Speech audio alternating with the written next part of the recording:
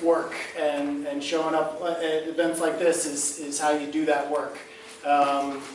Unfortunately, John Nave was not able to make it today. He had some medical problems come up.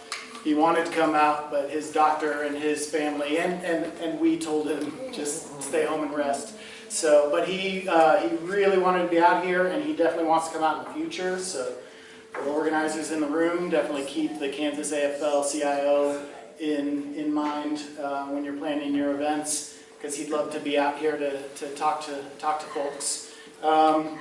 Another housekeeping piece, Salina Indivisible has put up these banners here. They're available for sale for $35 if anyone wants them. You can talk to this gentleman. Check with me or Shannon. Sorry? Check with me or Shannon. Oh, or Shannon, yeah. Either of them can help you out. So, yeah, so I'm going to turn the floor over to the panelists. I'll give each of them 3 minutes to introduce themselves and give a statement about their organizations and what they're up to, and you know, how you can get involved. And after that, we'll open up the floor to questions from y'all. You know, there's a lot of usually at these things, this is our third one, and so far we've had more questions than time. So you know, we just want to encourage people to, you know, if you have statements to make, just, you know, keep them as brief as possible, and then get to the question, and then so that we can keep things moving, and everybody will have a chance to have their turn. So Janice, would you like to start us off? Okay. Well, I guess the best way to start about me is to tell a little story. When I was, well, 9 or 10, I was visiting my grandparents on the farm. And my uncle came out and started talking to my grandpa, and they were talking about going to caucus. They're going to go caucus. They're going to go caucus. My uncle made the trip to Marquette, if any of you know about that. So as the week went on, they kept talking about it, and I had no idea what a caucus was. None. So Saturday came. I came downstairs, and there was Grandpa sitting at the table in his Sunday clothes. And it was not Sunday, so you knew it was something important going on. My uncle came in his Sunday clothes, and they left. And I looked at my grandma, and I said, what are they going to do? What is this caucus all about? And she said that it's a group of men that get together in this big room, drink whiskey, smoke cigars, and select the next president of the United States. And she wasn't invited. So from that time on, I paid attention to politics. The day I was 18, I registered to vote. And I even voted when we were stationed in Guam. I had to get a mail-in ballot all the way from Saline County, Kansas to vote. So I've always been interested in politics. And we came back here in 1987, and I joined Saline County Democrats, and then joined Saline County Democratic Women. And our Saline County Democratic Women is a chapter of the State Democratic Women and a chapter of the National Federation of Democratic Women. And we have a goal and our purpose is to keep women informed, talk them into well-informed women to run for city offices, school board, state offices, and on the national level, federal offices. We meet every third Saturday at Martinelli's at 10:45. We just met today, and we've discussed organizing and getting a voter registration drive started, and then we're talking about, when that's over, getting people out to the polls to vote, because you can do all kinds of things, but if you don't get the people to the polls, you don't win. So that's our main goal, is getting people to the polls and getting younger members, because probably today, what would you say? The average age was 75, and I'm generous. So we need younger women who can walk and who know the technology. I could not do a TikTok video or an Instagram thing. I have no clue.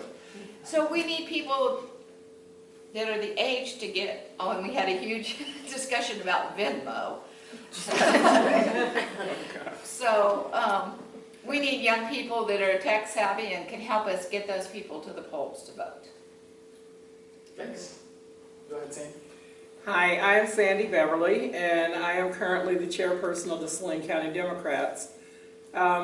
My introduction to politics, much like Janice, came from conversations with my grandmother.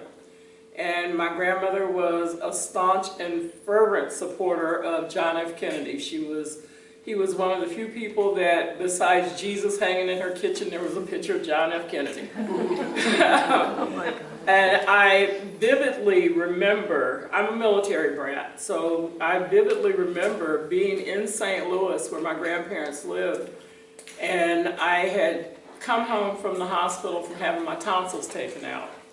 And I remember the cab pulling up to the house, and there was my grandmother, and they lived in a brownstone, two-story brownstone in St. Louis. There was my grandmother and all of these neighborhood black women out in the streets screaming because Kennedy had been killed. And I will probably remember that till the day I die. But it was from that and conversations with my grandmother about politics that led me to where I am today. I can't really wrap my head around what's going on in our world right now. It saddens me, it frustrates me, it pisses me off, it makes me angry. I cuss, holler, scream a lot. Try to let my better angels take over and remember that those people who don't think like me are human beings just like me, but God knows I'm confused as hell right now about what's going on. I have also have family members who were staunch Republicans because of Lincoln, okay. And some of them still are, but we don't talk about a whole lot of this because right now none of this makes sense. And I don't want to lose family members over politics. I firmly believe that all politics are local, and no matter what goes on in DC, if we're not taking care of home, we've lost the battle. And right now, what is even going on in our community makes no sense.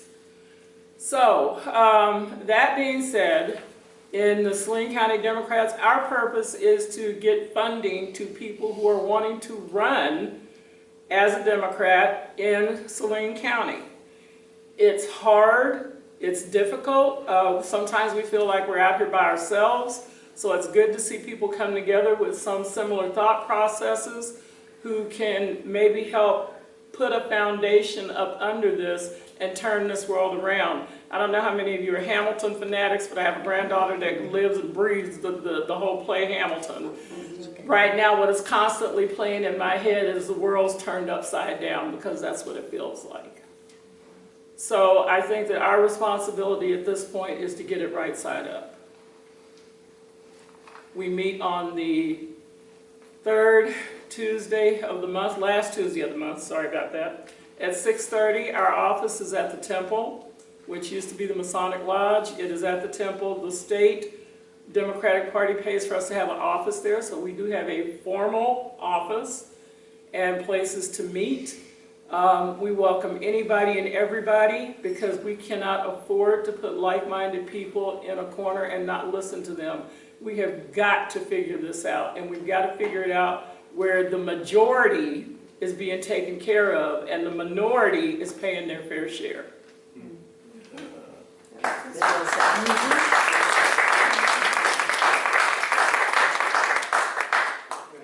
right, my name's Shannon Jones, and I'm with Salina Indivisible. I won't start with talking about my childhood in politics because I come from a very conservative family, and I am the black sheep of my family. So, very long story, too long for my 3 minutes. But, so I'm with Salina Indivisible, and that's a chapter from the National Indivisible. We just started in the beginning of February. Mona Hargrave had the wonderful idea to gather some people together. She was just feeling really like hating everything that's going on nationally and asked some of us to get together and talk about what can we do. And 22 people came. We decided to do Indivisible. Next meeting, 44 people came. Next meeting, 86 people came, and it just kind of kept going. We average about 50 people a meeting now. We meet on the 1st and 3rd Thursdays of the month at 6:30 at Trinity UMC.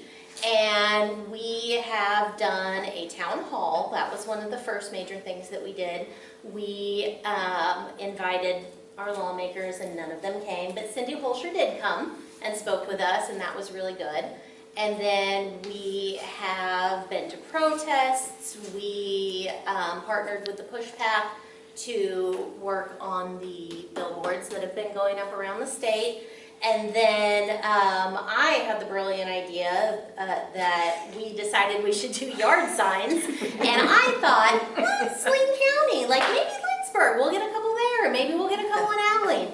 And then someone on a Facebook group, a statewide Facebook group, said something about the billboards. I was trying to answer questions in the comments. And then I'm like, let me make a post. So I made a post, put a picture of the yard sign in there, and that kind of exploded, and now we have about 1,800 of them statewide. All right.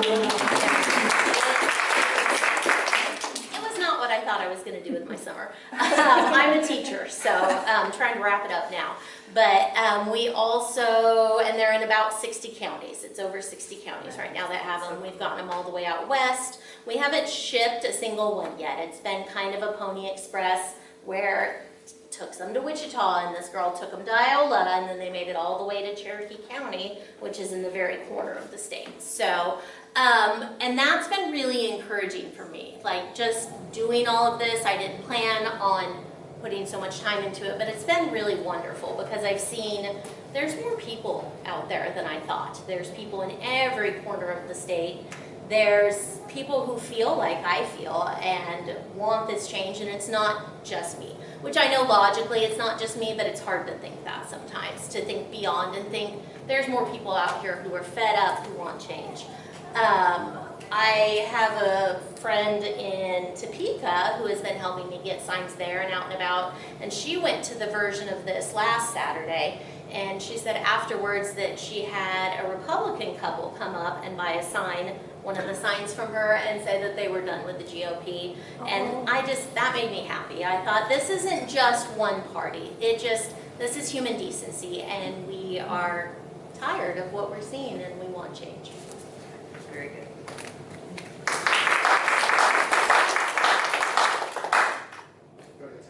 Okay, hi, my name is Sarah Martinez-Shaw, and I'm a founding member of DSA Salina. That's the Democratic Socialists of America Salina chapter.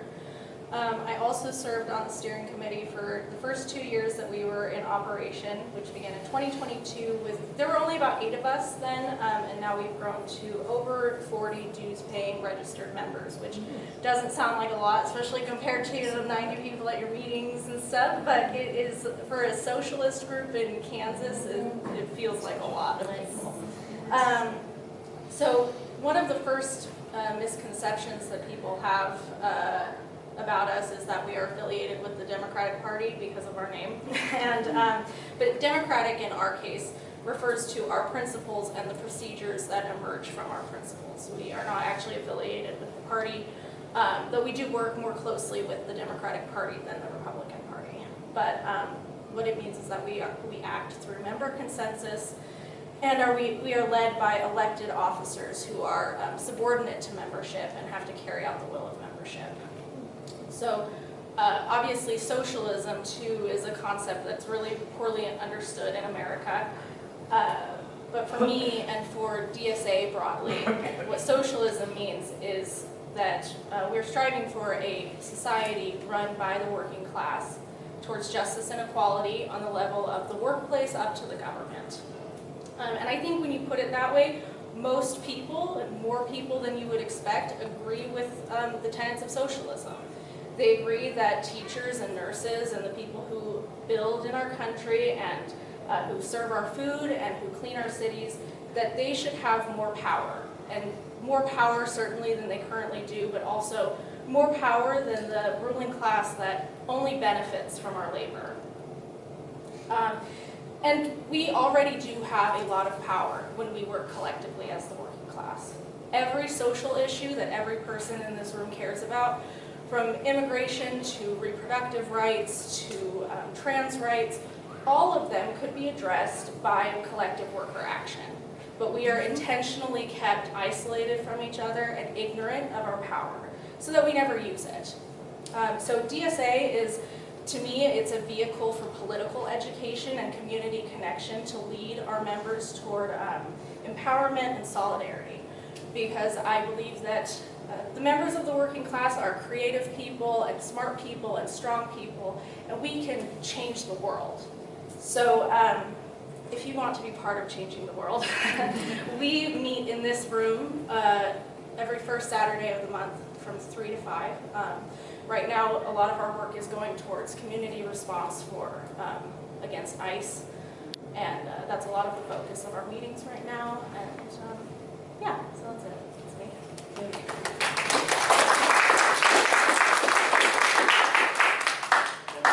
So we try to make these panels. You'll notice that it kind of skews in one direction this time. We've been trying to get Republicans to be on the panels in Wichita and in Topeka. We did have Republicans on the panel, but unfortunately the Saline County GOP didn't want to talk to us. So I think they feel that they've got safe seats here, and so they don't feel like there's any need to talk to the people, to talk to their constituents. And we think that that is, you know, the number one job of a public servant is to be accountable to their constituents. And so that's what we're trying to do with this. That's why as you came in, we were collecting information just so that we can build up this coalition, because we're stronger together. And the more we get together, the louder we can be, the more they have to actually listen, even if they don't want to. So with that, let's open it up to the audience. Does anyone have any questions for our panel? Go ahead. So this morning I was in Leavenworth with the pro-civic event that was going on there, or I should say opposition to the pro-civic. And one of the speakers had mentioned the fact that, you know, it doesn't matter if you're tired or you're bored with this or you don't feel like you're making a change. The fact is, regardless of how you feel about that, it is our duty as citizens of this country to be out there, you know, making this change. And it won't happen unless we're out there doing. So how do you, with your different groups, encourage people, get people, motivate people to get out there and actually do something? And you can all answer. That's for all of you, because you're all very different. And you would like to jump in? Go ahead, Janice. We are talking about next, the third Saturday in August, having a open house. We're going to try to mail postcards and invitations to as many women as we can, and have them come and go basis, and we're going to have a survey, because not everybody wants to do the same thing. Some people want to protest, some want to write postcards, some will make phone calls, some will work the polls, some will be precinct people, and the survey is going to find out what they're willing to do. Then we're going to put those people together. All the people who want to make phone calls, we'll get them to network, and all the people who want to protest, and all the people who want to write postcards. So everybody has a job, but we will really encourage people registering voters. I don't know the percentage. Does anybody know the percentage of voters that are registered in Saline County? 20%. That's what I was going to say, 25. 20%. But I think that's all that's registered. Wow. And I think Jamie told me 23 people that usually show up in the off-year elections. 20% of the voters show up. So that's going to be our second phase, is to set a goal of maybe 45% in the off-year election. If we get 45, then next year maybe we'll work to get 65 in the 2026 election. So that's what we're going to do. when you do this, can you educate people, especially women, what you have to bring to register? Do we have to bring our birth certificate? Do we have to bring, make that clear?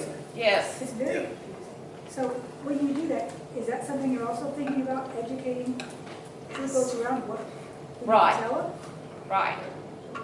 And we haven't done that, but that's a good thing because most of us will have to provide a birth certificate and so, yes, we do need to Sometimes a educate. marriage certificate. Right. Yeah. Right, if your And name is sometimes changed, you're- absolutely. You're married and divorced, yeah, And divorce. yeah, yeah. So, yes, that is very important and that possibly, that could be one of our survey questions, who's willing to, and we really need somebody who wants to work with statistics and trying to figure out where we need to go to find these voters to get them registered so we can knock on doors if we need to. We're also talking about setting up tables on the first Friday to register voters downtown. So we're starting to get action going. Okay, would anyone else like to answer? I do mediation for first-time juvenile offenders, and I just did one before I came to this meeting. Both of those young men were 15 years old, and I tell every student that I mediate, when you turn 18, if you do not register, I will show up at your door.